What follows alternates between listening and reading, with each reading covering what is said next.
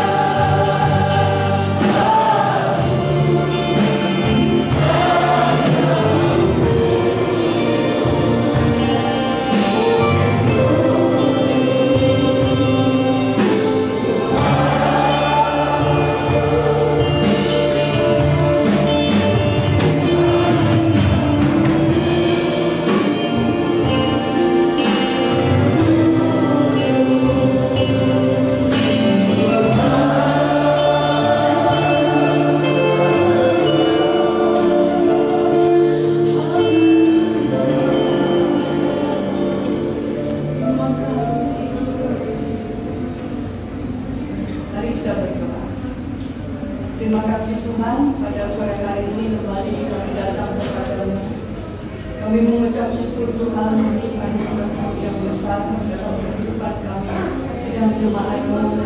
Kami sore hari ini boleh berkumpul Tuhan di rumah-Mu untuk memuji dan membesarkan nama-Mu, beribadah kepada-Mu. Kami datang ya Tuhan Yesus mencari Engkau dan kami percaya bahwa Engkau ada bersama dengan kami Tuhan Yesus.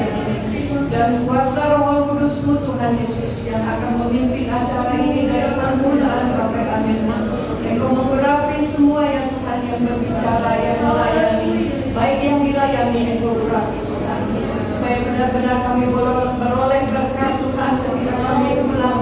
Kami beroleh Tuhan apa yang kami butuhkan, karena hanya Engkau Tuhan yang mengetahui hati kami, dan Engkau yang akan memenuhi segala keperluan kami. Terima kasih Tuhan Yesus, terima kasih. Kami mengucap syukur di dalam nama Tuhan Yesus Kristus. Haleluya. Amin. Selamat sore saudara, selamat kita beribadah kembali dalam nama Tuhan Yesus Kristus. Nama Tuhan, silakan duduk.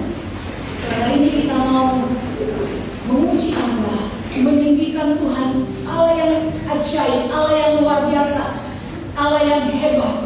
Allah itu bagi kita tempat perlindungan dari Allah. Amin. Haleluya. Kita puji Tuhan. Hallelujah.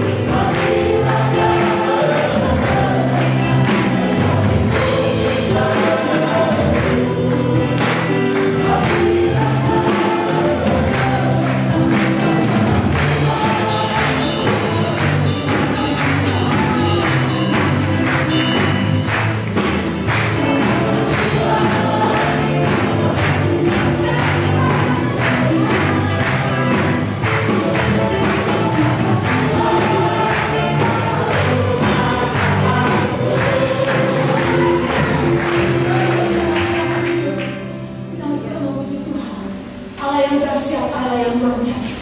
Di atas puji-pujian Allah kita berkata, kita mengatakan saat ini, Tuhanlah gembalaku, datang kekuatan.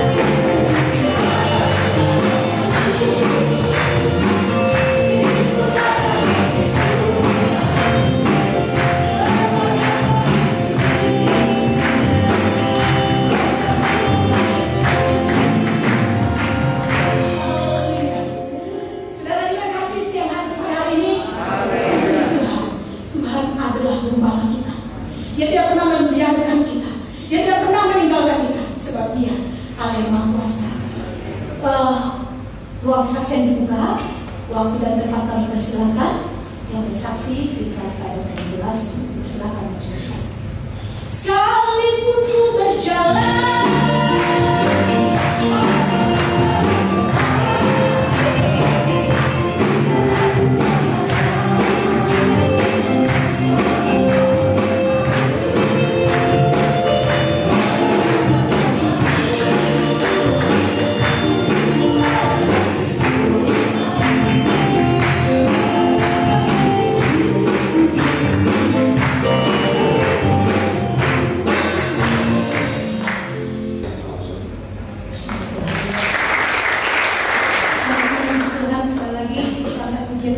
sekarang hatiku girang.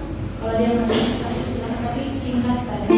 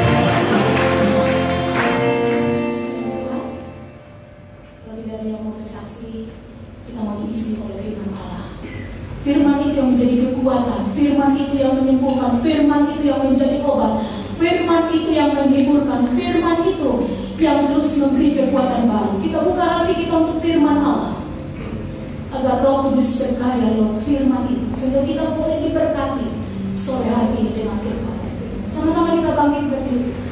Oh, katakan pujian saya berkata, bagaikan bencana siap tiba. Kita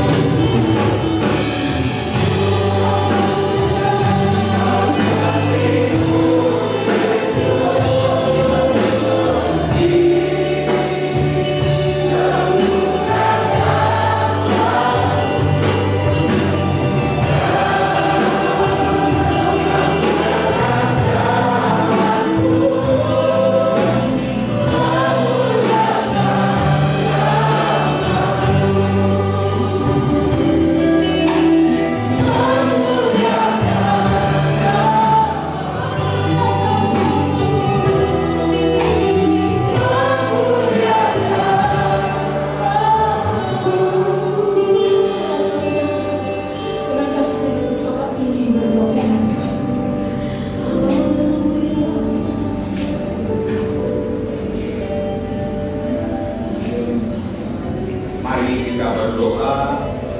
Kami bersyukur kepadamu Tuhan kalau kami sudah memuji-muji Engkau, dan kami yakin pujian kami boleh menyenangkan hati-Mu. Sebentar kami rindu diberkati oleh firman-Mu Tuhan. Urapi hamba-Mu, urapi kami semua, sehingga firman Tuhan menjadi jawaban bagi kami. Apapun yang menjadi persoalan kami Tuhan, kami mau firman-Mu, lewat suara-Mu, kami mendapatkan jawaban itu Tuhan. Terima kasih, yang sakit disembuhkan, yang lemah dikuatkan, apapun yang menjadi kebutuhan kami yakin diberkati oleh firman. Inilah yang menjadi doa kami, dan kami alaskan hanya di dalam nama Tuhan Yesus Kristus. Haleluya. Amin. Silakan duduk dan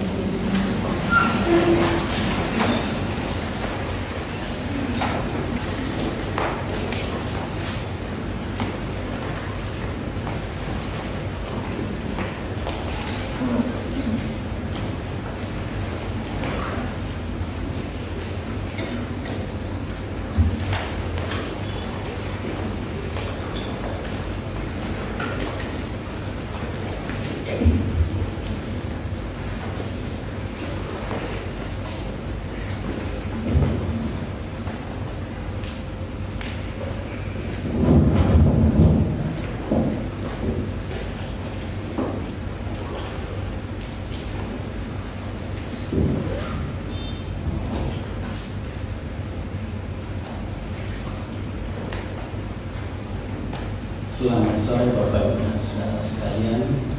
Selamat jumpa kembali dan selamat hari Minggu.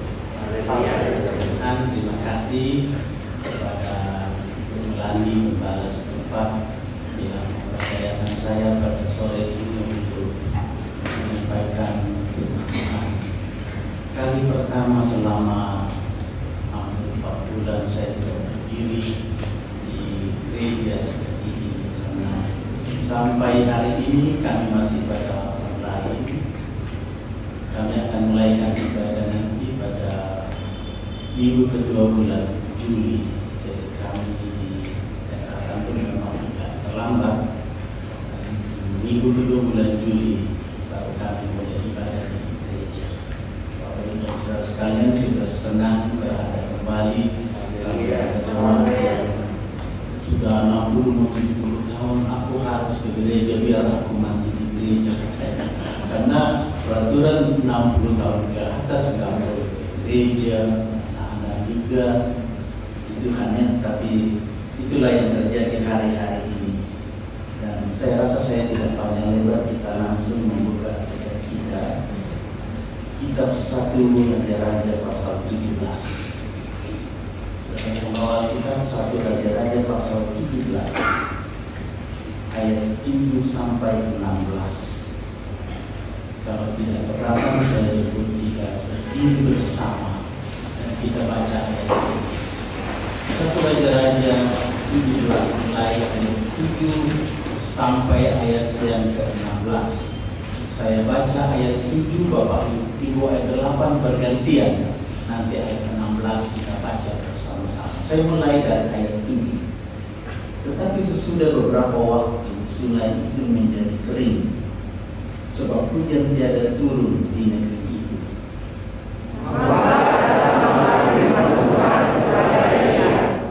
Siaplah pergi ke Sarfat yang termasuk wilayah Sidon, dan diamlah di sana.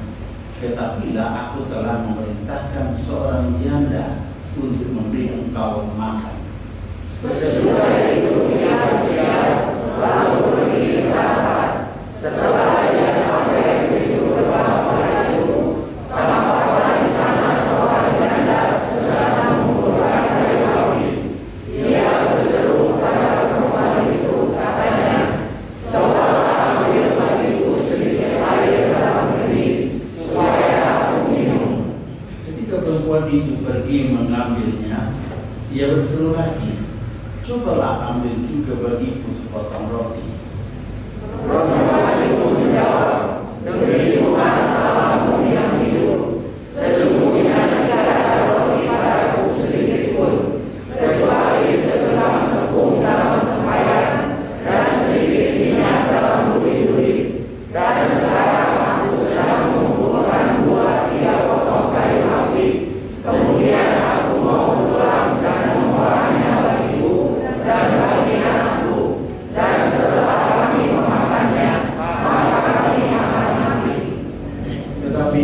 berkata kepadanya, "Janganlah takut, pulanglah, buatlah seperti yang kau katakan. Tetapi buatlah lebih dahulu bagiku seorang roti bundar kecil daripadanya dan bawalah kepada aku. Kemudian barulah kau buat bagimu dan bagi anakmu." Sebab beginilah firman Tuhan Allah saya, tepung dalam tempayar itu tidak akan habis, dan minyak dalam buli-buli itu pun tidak akan kurang, sampai pada waktu Tuhan memberi hujan atas semua bumi. Lalu pergilah perempuan itu dan berbuat seperti yang dikatakan Elia. Maka perempuan itu dan dia serta anak perempuan ia mendapat makan beberapa waktu lamanya bersama-sama. 3. Tepung dalam tempayar itu tidak habis, dan minyak dalam buli-buli itu tidak berkurang, seperti firman Tuhan yang dikatakannya dengan kata-kata Elia. Terima kasih, silakan Pak. Kisah ini sangat menarik sekali. Tempat terjadinya kalau kita lihat tadi di daerah Sarfat, sebelah utara Tirus. Itu kalau sekarang masuk dalam negara Libanon. Nah, hari-hari ini kalau saudara ikuti berita-berita di televisi, Libanon sekarang jutaan orang dilanda dengan kelaparan. Bahkan ada seorang ibu berkata begini, "Lebih baik kami corona daripada kelaparan." Itu terjadi di sana karena Libanon dilanda dengan kelaparan. Dan apa yang kita baca tadi itu terjadinya di Libanon, di Sarfat, sebelah utara Tirus. Jadi rupanya daerah itu sudah dulu sudah kena kelaparan.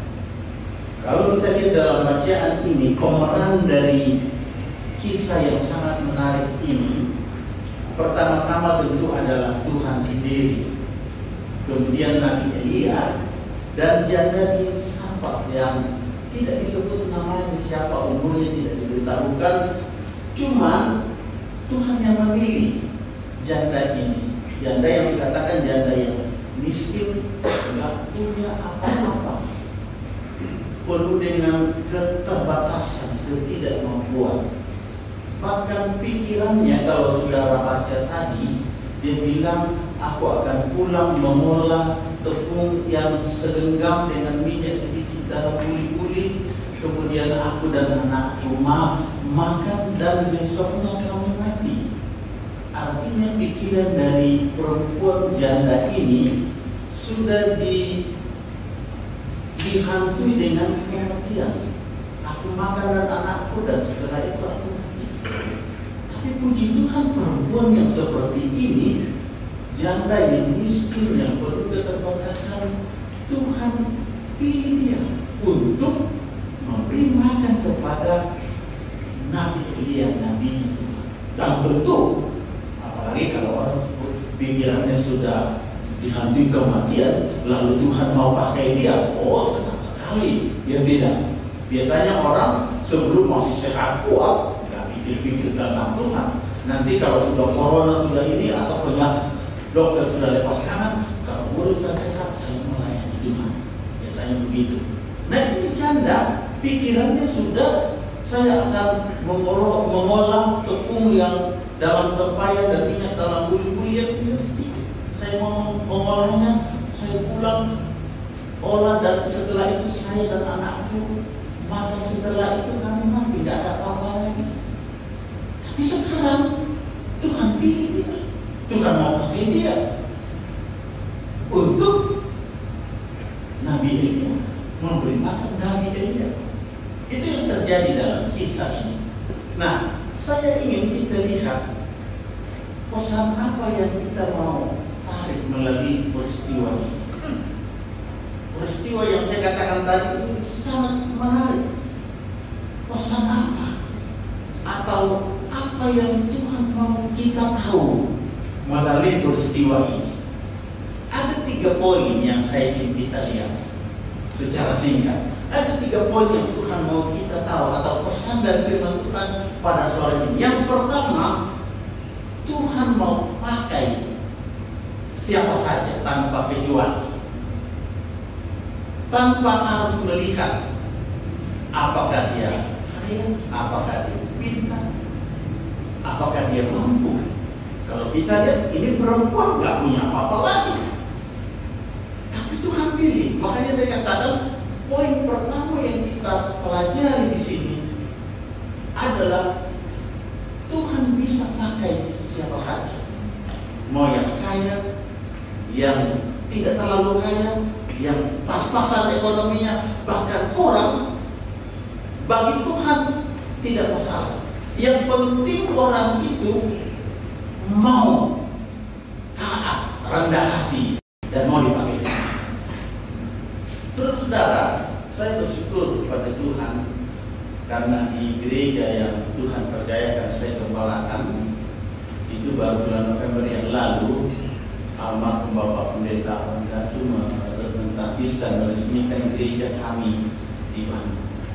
Dan yang saya syukuri di gereja kami itu, baik orang yang katakanlah ekonominya bagus, yang ekonominya sedang, yang ekonominya pas-pasan, bahkan ekonominya di bawah sampai sekolah minggu. Saya melihat semuanya bergandengan tangan, satu dengan yang lain, sampai kami bangun gereja dan puji Tuhan sudah dihabiskan. Tapi yang saya lihat adalah kesatuan dari jemaat. Tidak pikir yang saya katakan tadi, mau kaya kek, mau sedang kaya kek, yang mau pas-pasan kek, bahkan yang rendah, sampai anak sekolah ini saya lihat bergandengan tangan mendukung saya sebagai gembala, dan saya senang sekali menyelesaikan gereja kami. Dan sudah dihabiskan bulan November yang lalu oleh almarhum Bapak Pendeta. Tapi saya melihat di sini siapa saja Tuhan bisa pakai. Amen. Mau yang kaya, yang pintar, yang bodoh, siapa saja Tuhan bisa pakai. Kalau kita lihat di sini, janda yang miskin, makanannya sudah makanan terakhir, setelah makan besok nggak punya apa-apa. Tapi kalau Tuhan mau pakai seseorang, sekali lagi, bukan apakah orang itu mampu, tapi apakah orang itu mau siap taat pada Tuhan, merendahkan diri di kata Tuhan.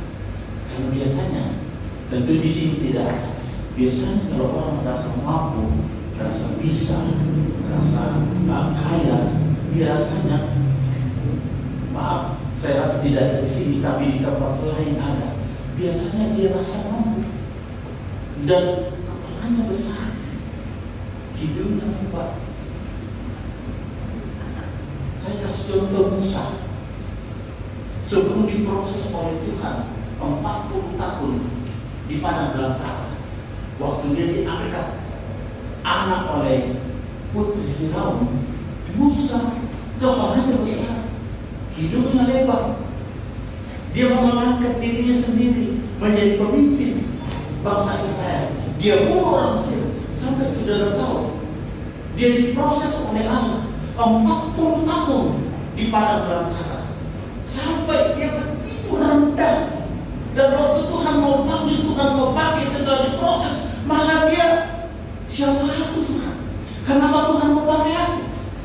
Saudara lihat Musa. Makanya kadang-kadang kalau orang pintar, orang punya kedudukan, orang punya posisi, kadang-kadang maaf bicara agak tinggi. Tapi puji Tuhan, saya senang dengan Allah yang kita sembah. Bagi Tuhan, apakah dia orang pintar, apakah dia orang kaya, apakah dia orang sedang-sedang, apakah dia orang bodoh, semua bagi Tuhan, Tuhan bisa pakai. Asal saja orang itu mau taat pada Tuhan dan mau rendahkan hati di hadapan Tuhan. Dan Musa setelah diproses, saudara, dia lulus sampai orang yang paling sabar, paling rendah hati, dipercayakan Tuhan memimpin umat Tuhan memasuki tanah perjanjian tidak sampai masuk karena ada kesalahan lain. Yang meneruskan adalah Yosua. Saya rasa itu. Jadi bagi Tuhan bisa pakai siapa saja di gereja ini tanpa pandang bulu. Bukan saja orang pintar, bukan saja orang kaya, tapi siapa saja yang mau. Apalagi kalau kita satukan hati kita, satukan kekuatan kita, rapatkan barisan kita menghadapi hari-hari terakhir ini. Karena kalau kita satu hati, kita rapatkan barisan kita. Kata Mazmur 133 dikatakan, kalau saudara bersaudara dengan rukun, maka kesanalah Tuhan akan memerintahkan berkat-Nya. Haleluya. Saya berdoa jemaat GPDI Cianjur rapatkan barisan, saling bergandengan tangan. Mau yang kaya, yang setengah kaya, yang tidak kaya, bahkan yang di bawah sekali. Mari kita saling merangkul. Kedatangan Tuhan tidak lama lagi. Mari kita saling merangkul, satukan hati kita untuk mengangkat dan memajukan pekerjaan Tuhan yang ada di Cianjur sini. Haleluya. Karena kesanalah Tuhan akan merintahkan berkat-Nya. Di mana ada saudara bersaudara duduk dengan rukun, maka kesanalah Tuhan akan memerintahkan berkat-Nya. Kata Mazmur 133. Kalau saudara baca ayat 1-3, kita tidak baca. Jadi Tuhan bisa pakai siapa saja. Pernah dalam kitab Yohanes pasal 6, waktu itu Tuhan katakan pada murid-muridnya, lalu kumpul 5.000 orang laki-laki saja. Dan sudah sore hari Tuhan pakai murid-murid lain, kamu kasih makan mereka. Jangan biarkan mereka pulang dengan apa. Itu Tuhan kita. Kasih makan. Murid-muridnya kebingungan. Di mana mau beli makanan dengan orang sebanyak ini? Tidak ada. Lalu mereka cari-cari, ada seorang anak kecil bawa bekal untuk makan siangnya 5 roti dan 2 ikan. Lalu Tuhan tanya, ada apa pada kamu? Cuma 5 roti dan 2 ikan. Tuhan katakan, bawa ke sini. Bagi Tuhan tidak katakan ini kurang, cari lubang lagi, tambahnya. Cukup bawa ke sini 5 roti 2 ikan. Maka Tuhan berkati itu. Biar sedikit, hanya 5 roti 2 ikan untuk 50.000 orang. Apa artinya? Tapi asal diserahkan pada Tuhan. Dan kalau dia diserahkan pada Tuhan, ada di dalam tangan Tuhan, maka Tuhan akan pakai yang sedikit, yang kurang mampu, yang bodoh, yang apapun. Kalau diserahkan pada Tuhan, Tuhan pakai itu untuk memberi makan 5.000 orang. Bahkan masih ada. Persoalannya bukan banyak atau tidak banyak, bukan cukup atau tidak cukup, hanya 5 roti dan 2 ikan. Apa artinya bagi 5.000 orang? Tapi kalau sudah diserahkan ke dalam tangan Tuhan, Tuhan memberkati dan menjadikan itu berkat. Semua orang makan kenyang, bahkan masih ada sisanya. Jadi jangan kita rendah diri. Kalau kita nggak punya, Tuhan, aku mau.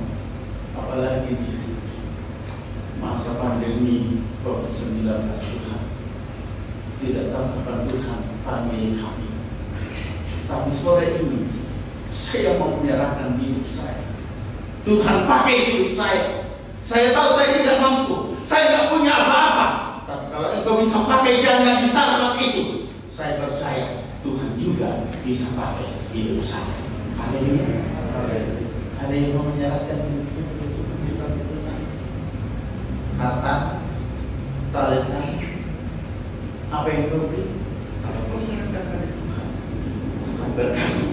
Biar hanya 5 roti 2 ikan. Kalau diserahkan pada Tuhan, Tuhan berkati. Pakai untuk memberkati orang lain. Itu poin pertama. Poin kedua,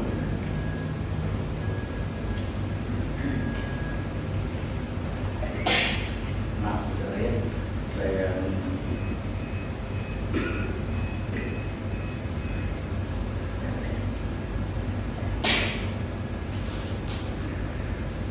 poin kedua, pesan Tuhan atau apa yang kita pelajari dari kisah yang sangat menarik ini. Poin kedua yaitu Tuhan mau hidup kita adalah hidup yang harus berbagi dengan orang lain. Saya ulangi, Tuhan mau hidup kita, hidup saya, hidup saudara adalah hidup yang mau berbagi dengan orang lain. Ada haleluya. Pikiran manusia kadang-kala berpikir begini, yang berbagi dengan orang lain kan orang yang punya, yang berkelimpahan. Begitu kan? Tapi tahu nggak saudara, yang disuruh berbagi oleh Tuhan di sini siapa? Siapa? Janda di suruh kasih makan dia. Nabi Tuhan. Orang kaya nggak? Janda di Sarfat. Saudara tahu, dia katakan pada Nabi dia waktu Elia minta roti sedikit, dia katakan apa? Demi Tuhan, saya nggak punya apa-apa. Aku sedang kumpulkan 3-4 batang kayu. Setelah itu saya pulang mengolah tepung yang tinggal segenggam dan minyak dalam buli-buli sedikit. Setelah itu saya dan anakku makan dan mati. Artinya apa? Makanan terakhirnya. Lalu Tuhan, Elia katakan apa? Bikin dulu untuk aku. Buat dulu roti itu untuk aku. Elia berkata begitu pada janda ini. Artinya apa? Kalau janda yang tinggal makanan terakhirnya, Tuhan masih suruh berbagi sama Elia. Tuhan katakan, Elia kau pergi ke sana, ada seorang janda di sana yang akan berikan dan kasih makan engkau. Dan janda ini tinggal 1 kali makan dengan anaknya lalu mati. Artinya apa? Kalau janda yang semiskin itu Tuhan masih suruh berbagi. Waktu saya baca pelajaran luar biasa saya terima dari sini. Janda yang tinggal sekali makan dengan anaknya, Tuhan masih suruh berbagi. Saya pikir tidak ada di antara kita yang hadir dalam ibadah ini yang berkata, Pak Pendeta sama dengan saya. Saya pulang dari sini, saya akan masakan terakhir saya akan makan dengan keluarga saya dan besok tidak ada apa-apa lagi. Saya rasa di antara kita yang seperti itu. Mungkin di antara kita masih ada yang 4-5 minggu ke depan masih cukup, atau 4-5 bulan ke depan masih cukup, bahkan mungkin 4-5 tahun ke depan masih cukup. Masih ada simpanan-simpanan kita. Kalau Tuhan minta berbagi, mungkin masih masuk di akal. Tapi ini janda di Sarfat, tinggal sekali makan dengan anaknya. Elia masih minta, dan Tuhan percayakan dia untuk berbagi dengan dia. Makanya saya waktu baca ini saya pelajaran yang berbiasa. Tinggal makanan terakhir. Maaf bicara Pak Onesimus. Kalau Pak Onesimus tinggal 1 kali makan, istri dan anak, lalu Tuhan katakan Pak Onesimus berbagi dengan Pak Pendeta atau Lita malam ini, kira-kira Pak Onesimus mau nggak? Iya. Mau. Tinggal 1 kali, ini malam lagi, contoh saja. Tinggal sekali makan lalu tidak ada lagi besok. Lalu Tuhan katakan malam ini, Onesimus, bawa Pak Pendeta makan di rumahmu. Kira-kira Pak Onesimus mau ngajak makan saya nggak? Tapi itu yang terjadi. Janda tinggal sekali makan dengan anaknya. Dan Tuhan katakan, pergi ke janda itu. Janda itu kan berbagi. Artinya apa? Tidak ada alasan untuk seorang pun tidak berbagi dengan sesamanya. Enggak ada, haleluya, enggak apa-apa. Tidak ada baca, enggak ada alasan. Seandainya saudara janda itu, saya pikir saudara pikir, masa makanan terakhir saya mesti bagi lagi. Rasanya nggak mungkin. Tapi Tuhan suruh. Kalau orang kaya, orang berkelimpahan suruh berbagi, kayaknya nggak sulit, bukan? Kalau orang kaya suruh berbagi nggak sulit. Tapi ini saudara baca sendiri, janda yang tinggal makanan terakhir dengan anaknya masih suruh berbagi, dan Nabi Elia masih minta. Saya ulangi, kalau orang berkelimpahan gak sulit, kalau orang kaya gak sulit berbagi. Tapi tahukah saudara, kalau kita bisa berbagi dalam keadaan minim kita, seperti kalau saudara baca dalam kitab Injil Lukas pasal yang ke-12, saudara akan temukan di sana. Saya tidak usah baca ayatnya 40, ayat 42 sampai 44. Seorang janda juga, dia bawa 2 beser. Waktu orang-orang bawa persembahan, dan Tuhan perhatikan, ini janda dia cuma kasih 2 beser. Mungkin tangannya takut sampai bunyi, jadi dia sampai ke bawah.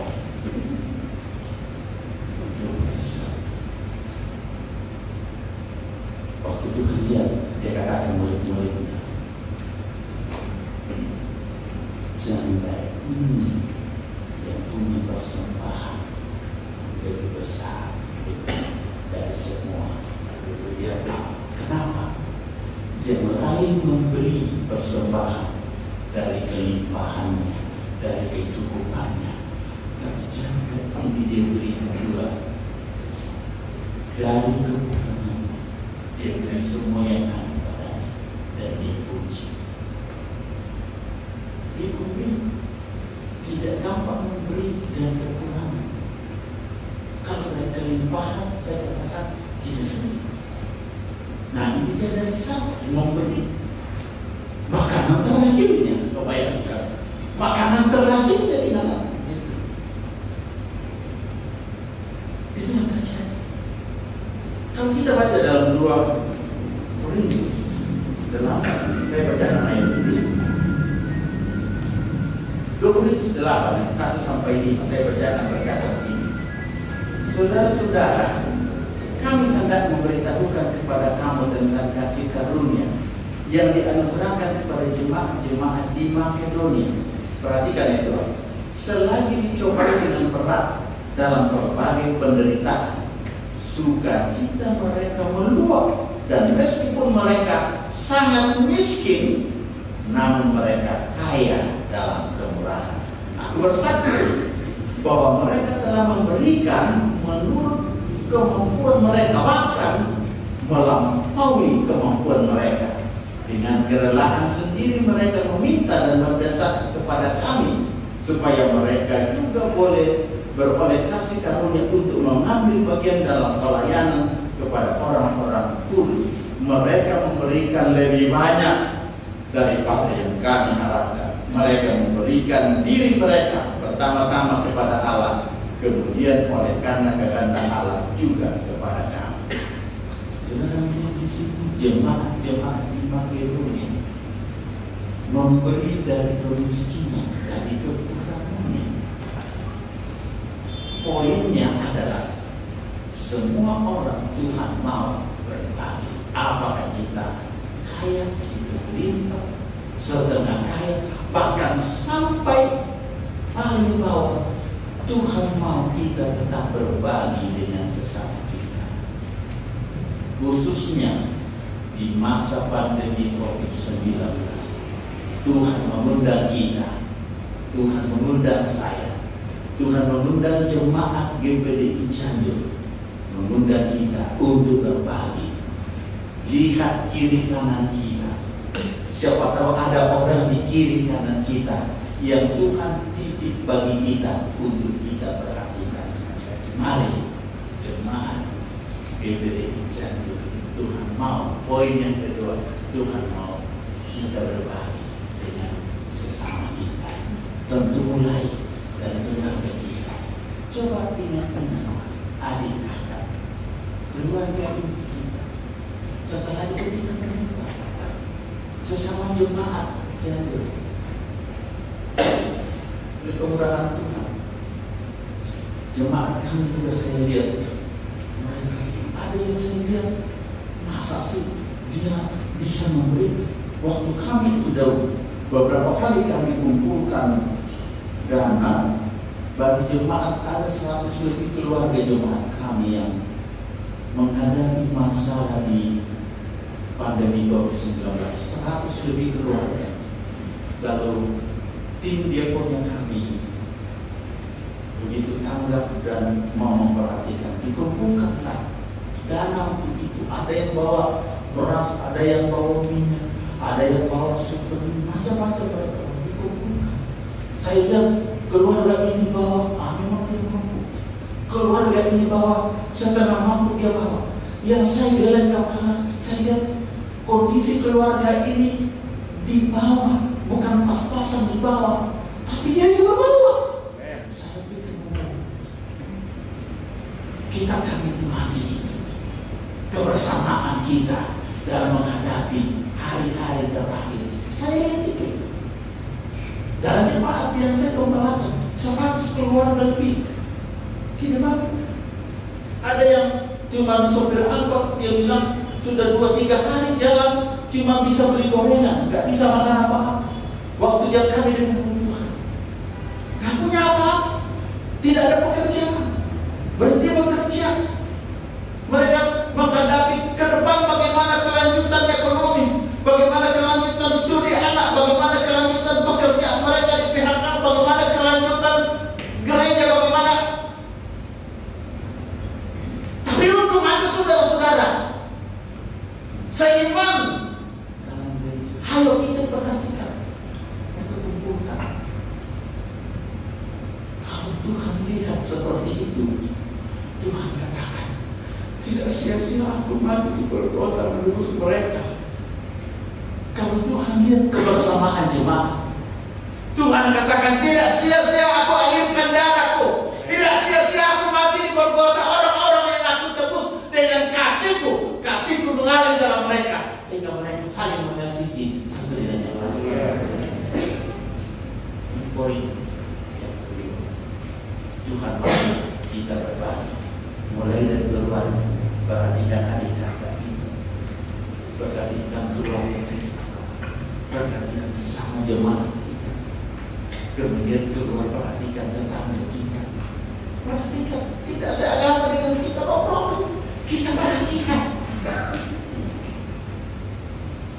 Poin yang terakhir, pesan dari firman Tuhan hari ini yang terakhir. Pesan bahwa ketika kita berbagi, mengulurkan tangan kita bagi orang lain, sekalipun dalam segala keterbatasan kita, maka Tuhan pasti memelihara kita. Tuhan pasti memelihara kita. Berbagi tidak akan pernah membuat engkau kekurangan dan binasa. Tuhan pasti memelihara kita. Ayat 14 saya bacakan. Bacaan tadi ayat yang ke-14. Saya minta tolong seorang baca ayat yang ke-14 dari bacaan tadi. Ayat 14. Sebab beginilah firman Tuhan Allah Israel, tepung dalam tempayan itu tidak akan habis, dan minyak dalam buli-buli itu pun tidak akan berkurang sampai pada waktu Tuhan memberi hujan ke atas muka bumi. Tepung, katanya tepung dalam tempayan itu tidak akan habis, dan minyak dalam buli-buli itu tidak akan berkurang sampai pada waktu Tuhan memberi hujan ke atas muka bumi. Saya bersaksi, jemaat kami, tidak saya sebutkan namanya, jemaat kami ini luar biasa. Setiap kami berkunjung ke rumahnya, kalau kami pulang selalu memberi salam Pantekosta. Saya ngerti kalau saya bilang salam Pantekosta ya. Setiap kami ke rumahnya selalu memberi salam Pantekosta. Padahal kami tahu kondisi mereka yang sangat sederhana. Kami tahu kondisi mereka yang sangat sederhana. Saudara tahu, rumah mereka ini sebesar ini. Di situ makan, di situ tidur, di situ sebesar ini. Tidak sampai ke sana. Memang ini gitu. di situ makan, di situ semua di situ. Tapi setiap kali kami busuk, selalu ada salam Pentakosta. Kadang-kadang kami sungkan untuk menerimanya. Keluarga ini sangat-sangat sederhana. Setiap kali pulang, kadang-kadang sungkan menerimanya. Tapi kalau kami tidak terima, seolah-olah kami menutup berkat untuk mereka. Karena Tuhan katakan terlebih berkat memberi dan menerima, dan Dia selalu memberi. Tapi seiring dengan berjalannya waktu, saya melihat rumah yang kontrak tadinya segini, lama-lama mereka beli. Dia hanya sopir angkot. Lama-lama dia juga beli angkotnya, dia beli.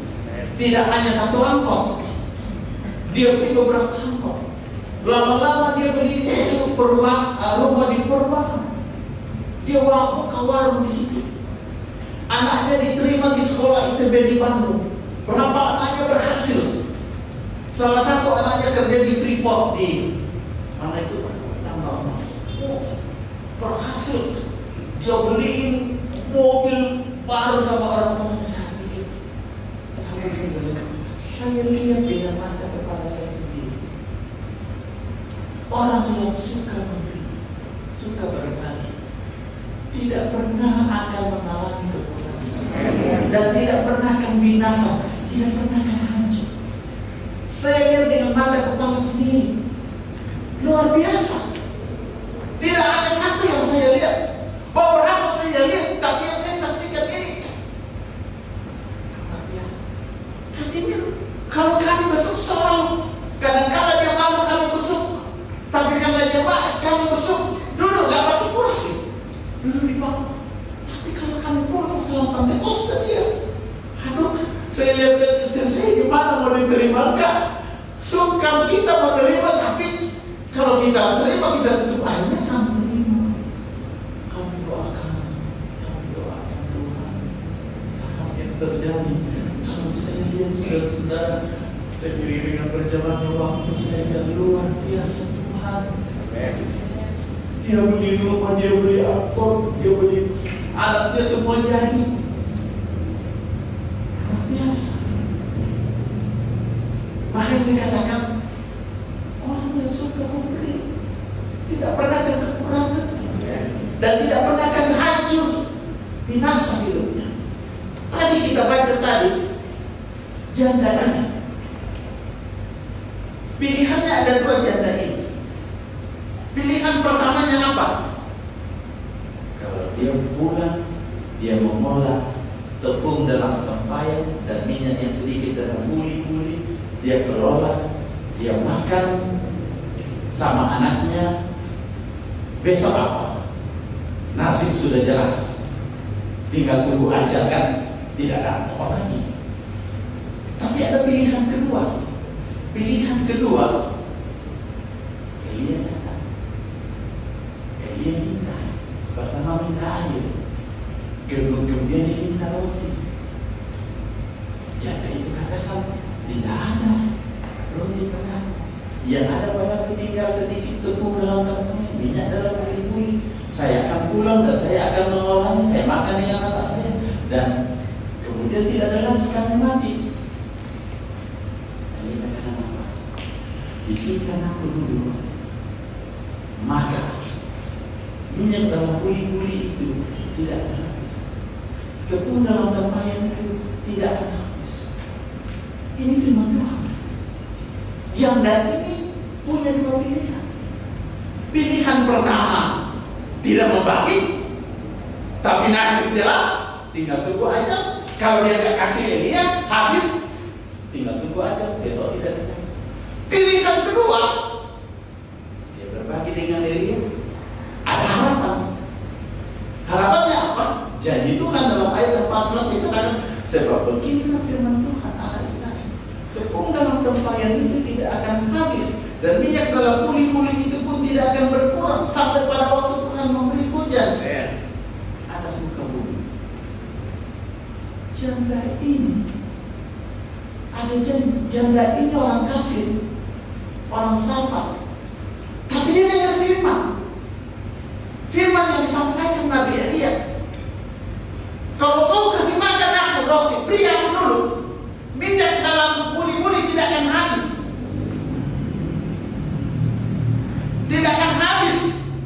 Termasuk apa itu dalam upaya tidak habis. Janda ini memilih pilihan kedua. Dia pilih kalau begitu ada janji, ada pengharapan, ada janji, ada pengharapan. Lewat apa?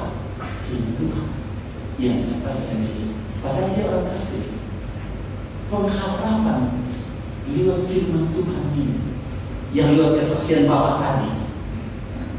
Dunia hari ini butuh firman Tuhan, sumber pengharapan bagi orang yang tidak punya pengharapan lagi. Sampai ini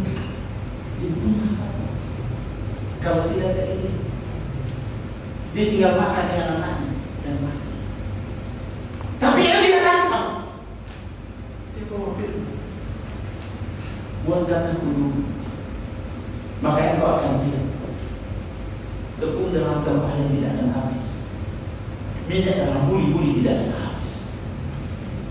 Itu pengharapan lewat firman Tuhan yang disampaikan Elia, yang didengar oleh janda ini.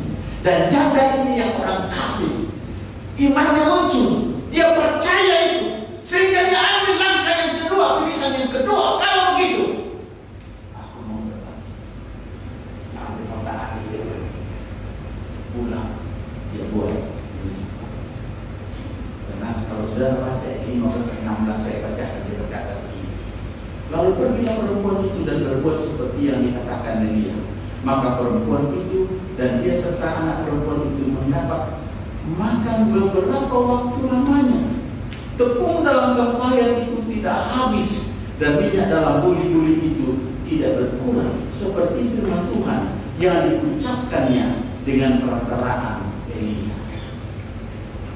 Saudara lihat di sini,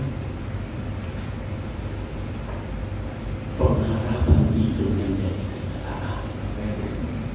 Janji firman Tuhan, iya dan amin. Firman Tuhan seperti ini yang dunia hari ini butuhkan. Karena dunia hari ini banyak orang khawatir, banyak orang takut untuk hari esok, seperti janda tadi. Aku tinggal makan sekali dan anak, dan tidak ada lagi harapan besok. Kami tinggal tunggu aja. Kami muncul Elia membawa berita, membawa firman Tuhan, dan ini yang butuhkan dunia hari ini. Firman Tuhan yang memberi pengharapan bagi orang yang putus asa, yang tidak tahu hari depan, masa depan, apa yang akan terjadi dengan new normal ke depan ini. Tapi pegang firman Tuhan, firman Tuhan yang memberi pengharapan. Pernah ada yang tanya begini, kalau dilihat dari luar, janda ini yang memberi makan Elia, betul tidak? Tapi dia katakan kalau dilihat lebih dalam, Elia yang memberi makan janda ini. Mana yang benar? Ada orang katakan kalau dilihat sepintas, janda ini yang beri makan kepada Elia. Tapi dia katakan kalau dilihat lebih dalam, Elia yang beri makan pada janda ini. Mana yang benar? Elia yang beri makan. Dua-dua salah. Yang benar adalah Allah memberi makan Elia memakai janda. Allah memberi makan janda memakai Elia. Allah memberi makan Elia di sungai Kerit. Allah memberi makan Elia melalui burung gagak. Pagi dibawakan roti, sore dengan sore bawa daging. Sungai Kerit, burung gagak, janda Elia, hanya alat Tuhan. Tapi yang memberi makan adalah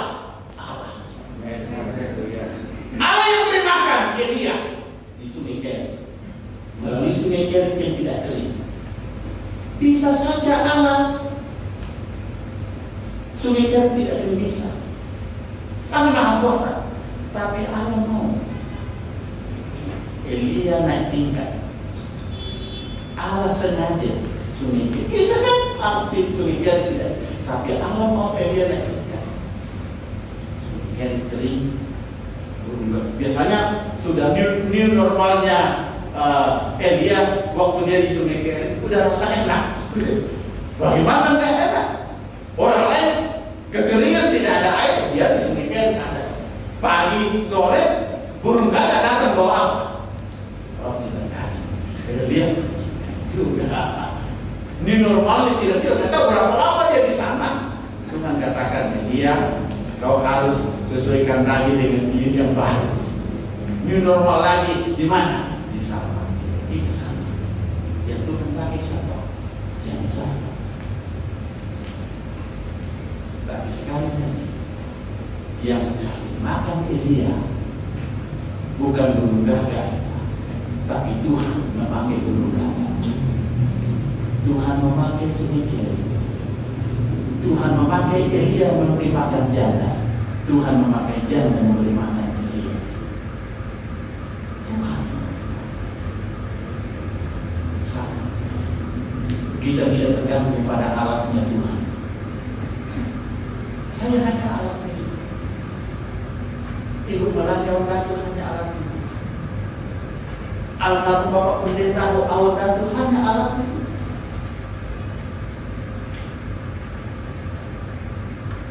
Tuhan bisa pertahankan Pak Audatu. Tapi Tuhan izinkan supaya jemaat di sini naik kelas. Tuhan panggil Pak Audatu. Kamu jangan bergantung terus. Jemaat jangan Tuhan panggil Pak Audatu supaya jemaat di sini naik kelas. Tidak bergantung kamu. Pak Audatu hanya alat Tuhan. Hamba Tuhan Elia hanya alat Tuhan. Kita harus bergantung kepada Tuhan, bukan pada siapa-siapa. Kita bersyukur. Almarhum Pak Audatu sudah menyelesaikan pertandingan dengan sangat-sangat baik. Terlalu banyak yang dia sudah kerjakan. Saya datang tadi, saya langsung teteskan air mata saya. Saya merasa kehilangan seseorang yang luar biasa. Tapi saya tahu almarhum hanya alatnya Tuhan. Nabi Elia hanya alatnya Tuhan. Tuhan bisa pakai siapa saja asal dia mau dan taat pada Tuhan. Haleluya. Tuhan bisa pakai siapa saja asal dia mau dan taat. Tuhan bisa pakai ibu gembala, hamba Tuhan Levi. Siapa saja Tuhan bisa. Kita hanya alat kok. Tuhan yang memberi makan Elia melalui janda. Tuhan bisa pakai janda, Tuhan bisa pakai burung gagak, Tuhan bisa pakai Sumikir, dan Tuhan bisa pakai yang lain. Kita hanya alat Tuhan. Tuhanlah pusat segala-galanya. Tuhanlah sumber berkat kita. Tuhanlah sumber kekuatan kita. Segala puji, segala hormat, segala kemuliaan bagi Allah di tempat yang paling tinggi. Tuhan izinkan semua terjadi karena Tuhan mau. Ayo kita bergandengan tangan, tingkatkan kualitas kita. Tuhan mau kita punya pengalaman-pengalaman yang baru lagi ke depan. Haleluya. Tuhan katakan Elia, tinggalkan Keri. Kau sudah enak di Keri, tinggalkan. Tuhan sengaja kering itu sungai Keri, tinggalkan. Aku mau kasih kau pengalaman yang baru di sana. Kau akan lihat janda yang miskin pelihara kau sekian lama. Tuhan, kau mengalami pengalaman yang indah dari Tuhan. Dan poinnya, Tuhan tidak pernah meninggalkan kita. Tuhan tidak pernah meninggalkan GPTI saja. Tuhan tidak pernah meninggalkan pelayanan di sini. Maka Tuhan selalu berada di sini. Doa saya, mari bergandengan tangan. Seluruh jemaat saja dengan ibu gembala kita dukung bersama-sama. Kita akan melihat mujizat-mujizat Tuhan terjadi di gereja ini. Saya undang pemain musik. Kita berdiri bersama.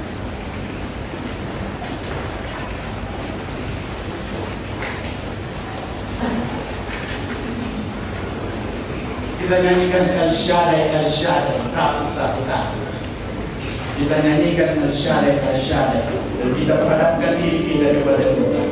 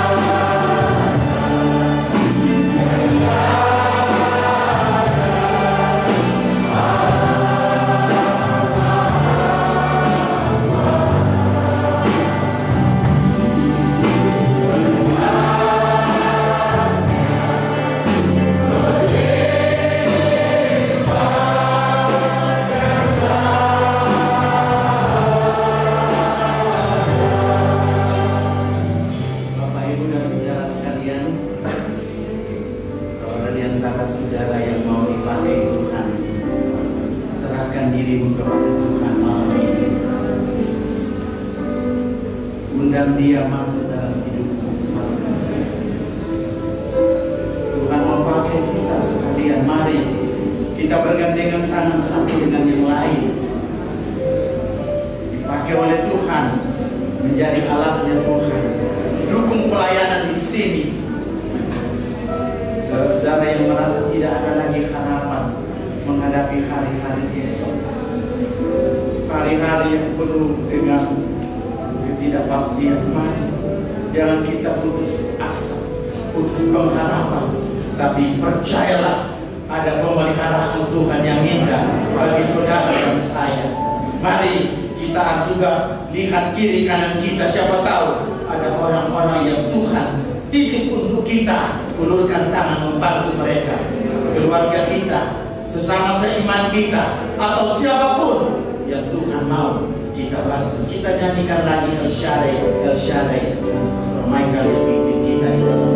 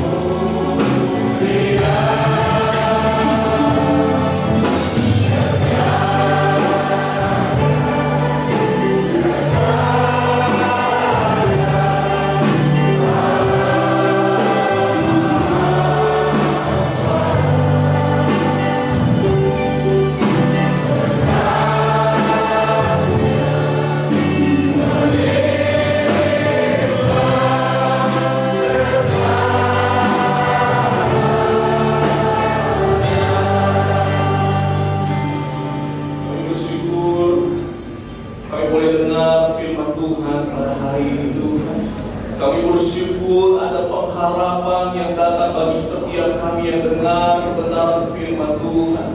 Kami tahu Tuhan mau memakai setiap kami. Tuhan tidak memandang siapa kami, tapi kami percaya Tuhan mau memakai setiap kami yang mau dipakai oleh Tuhan. Bukan karena siapa kami, tapi karena Tuhan yang mempercayakan kami. Bukan karena siapa kami, tapi karena anugerah Tuhan, Tuhan masih mau pakai kami. Karena itu hari ini Tuhan kami berikan hidup kami yang terbaik untuk Tuhan. Kami mau berikan hidup kami untuk dipakai menjadi alatnya Tuhan, untuk memberkati banyak orang, untuk menjadi saluran berkat bagi banyak orang. Kami mau hidup kami berbagi dengan orang lain, sama seperti Tuhan mengasihi kami. Kami mau belajar untuk mengasihi orang lain, sama seperti Tuhan sudah memberi hidupmu yang terbaik bagi kami. Kami mau beri juga hidup kami menjadi saluran berkat bagi banyak orang. Terima kasih Tuhan, terima kasih. Kami percaya saat kami berbagi, saat kami boleh melayani orang lain, kami percaya Tuhan juga pasti akan memelihara hidup kami. Sebagaimana Tuhan sudah memakai janda di Sarfat, dan sebagaimana Tuhan sudah memberkati janda di Sarfat, kami percaya Tuhan juga bisa memakai setiap kami, bahkan memberkati kami, memelihara kami. Kami tahu kondisi situasi hari ini sedang sulit, tapi kami mau belajar untuk berbagi satu dengan yang lain. Kami mau firman Tuhan jadi firman Tuhan juga berlaku bagi kami, bukan hanya bagi janda di Sarfat, tapi kami percaya janji firman Tuhan yang sama juga berlaku dalam hidup kami. Kami gantungkan pengharapan kami hanya ke dalam tangan Tuhan, karena kami percaya hanya Engkau Tuhan sumber berkat kami, hanya Engkau Tuhan yang menjadi sumber pengharapan kami Tuhan. Terima kasih buat kebenaran firman-Mu. Kami percaya hamba-Mu sudah selesai berbicara. Ini saatnya Roh Kudus untuk terus bekerja dalam hati kami. Kami percaya firman Tuhan yang sudah kami dengar jadi rema dalam hidup kami. Terima kasih Bapa. Kami mau bukan hanya mendengar firman-Mu, tapi kami mau coba mempraktekkan firman-Mu dalam kehidupan kami. Kami bersyukur untuk firman Tuhan di dalam nama Tuhan Yesus Kristus. Haleluya. Amin.